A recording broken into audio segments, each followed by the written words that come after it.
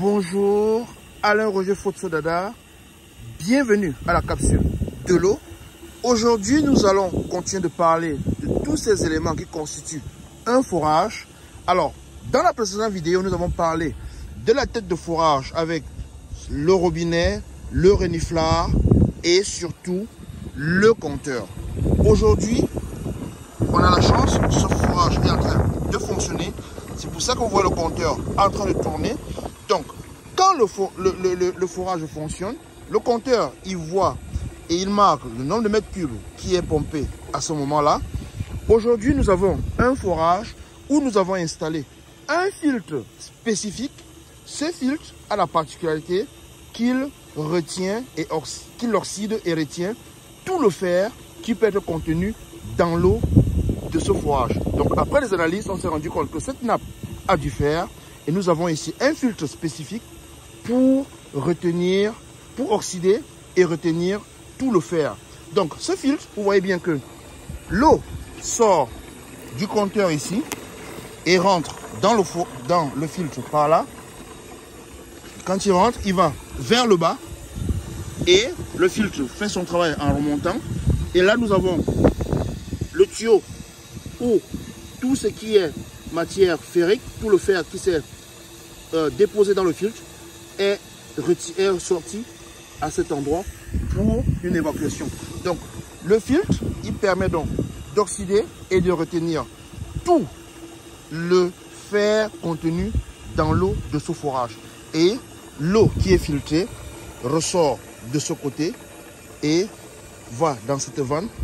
De cette vanne donc, je voulais que vous voyez bien l'autre élément que l'on a mis ici. Vous voyez bien ce point, c'est ici qu'on dose les produits de traitement.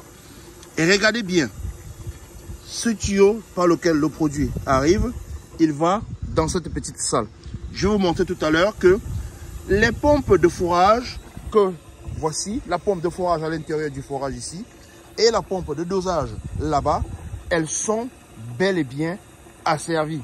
Donc, cette pompe ne peut fonctionner que lorsque la pompe de fourrage fonctionne. Donc, comme vous voyez, vous écoutez, vous voyez la pompe de fourrage fonctionner. Alors, on va aller rapidement dans cette salle, ici. Et voilà, la pompe doseuse de réactif.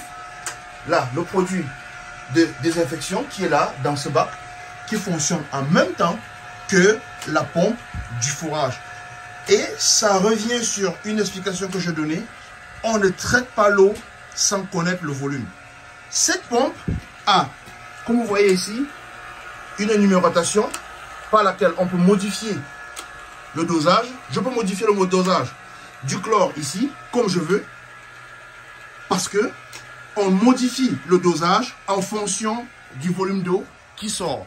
Donc, on traite l'eau en fonction du volume. On ne met pas le chlore dans le fourrage en guise de traitement. On met le chlore sur un volume connu qui est sorti du fourrage. C'est pour ça que la pompe qui est ici, qui dose un désinfectant, est asservie au fourrage. Donc, voilà le fourrage là-bas. Il est asservi. Et donc, quand l'eau vient donc, sort donc du fourrage, il y a donc ce tube ici, par lequel de l'actif désinfection est introduit directement. Donc, l'eau qui va passer là, dans ce tuyau, pour ressortir là-bas, dans le château, est déjà désinfectée. Donc, la désinfection de l'eau, les parties du fourrage, nous sommes sur cette deuxième partie. Les parties du fourrage, on a des filtres qu'on peut disposer, qu'on peut poser directement à la sortie du fourrage.